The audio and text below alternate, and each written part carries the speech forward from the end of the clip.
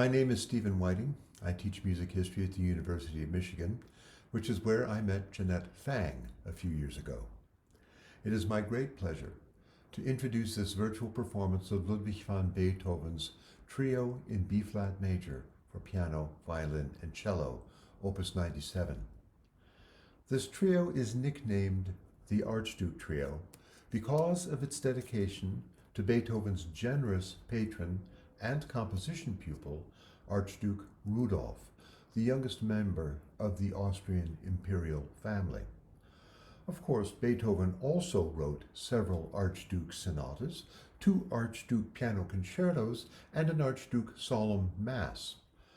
But only with this piano trio did Archduke Rudolph make it to nickname status. The trio was the next thing Beethoven worked on after he had finished the incidental music for Goethe's tragedy Egmont.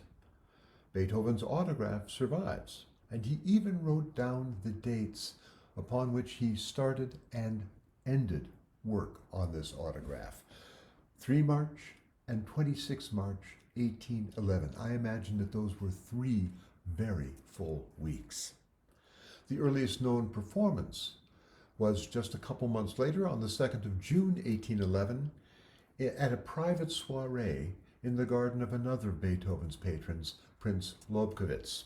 And the pianist was none other than the dedicatee, not Beethoven, but Rudolph himself. This was not a public concert. For starters, it would have been unseemly for a member of the Austrian imperial family to appear in public as a performer. Moreover, in Vienna, chamber music was not considered proper fare for a public concert. Symphonies and piano concertos were for public performance, but not sonatas and trios and quartets. So, Viennese composers could put in all sorts of refinements into chamber music, things that only trained musicians would catch, because those trained musicians were the primary audience for this kind of music, plus a few invited dinner guests. Beethoven wrote this piano trio for Rudolph to play, and he put things into it for Rudolph to notice. More about that later. Opus 97 is one of Beethoven's most lyrically conceived works. Therefore, the allegro tempo we'd expect in the first movement and the finale is qualified in both cases with the instruction moderato, so fast but only moderately so. And this is a work to which we can guess that Franz Schubert paid close attention. Anyone familiar with either Opus 97 or with Schubert's last piano sonata usually experiences a jolt of recognition when hearing the other for the first time. Let's hear Jeannette play the beginnings of each, first Beethoven, then Schubert.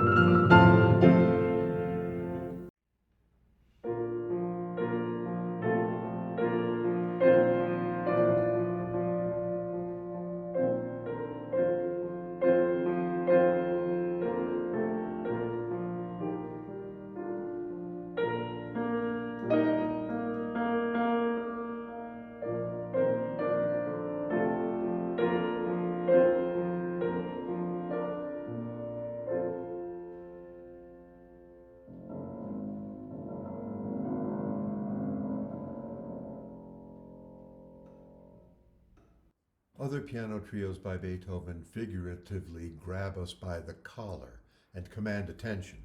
This piano trio draws us gently in. It lures us to listen. And when this theme returns at the beginning of what musicians call the recapitulation, it is even gentler, softer, higher in register, emerging out of this haze of subdued trills in all instruments.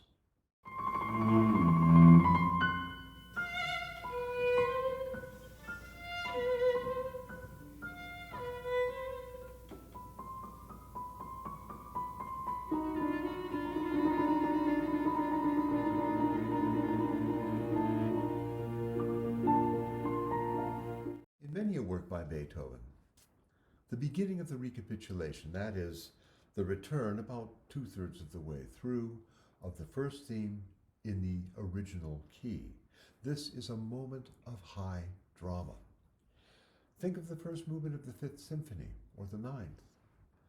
In the first movement of the Archduke, the high drama is deferred until the end, until the beginning of what musicians call the coda. In the coda, for the first time, spoiler alert, the first theme is grandly scored and, after a moment of minor mode uncertainty, builds inexorably to a glorious conclusion. Let's hear it.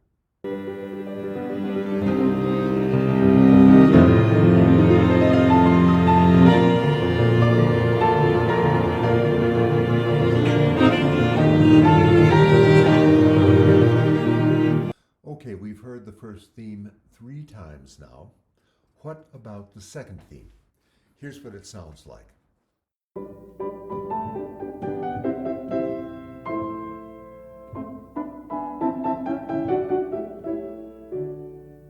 What you probably don't notice, unless you have so-called perfect pitch, is that the second theme is in an unusual key.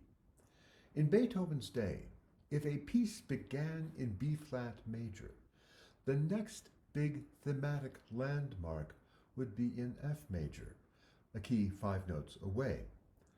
But in this piece, Beethoven puts his second theme into G major instead. And putting it in this key allowed him to reference another work in G major, another work of his in G major, also dedicated to Archduke Rudolph. Jeannette, could you please play the beginning of the second theme again, and then the beginning of Beethoven's Fourth Piano Concerto?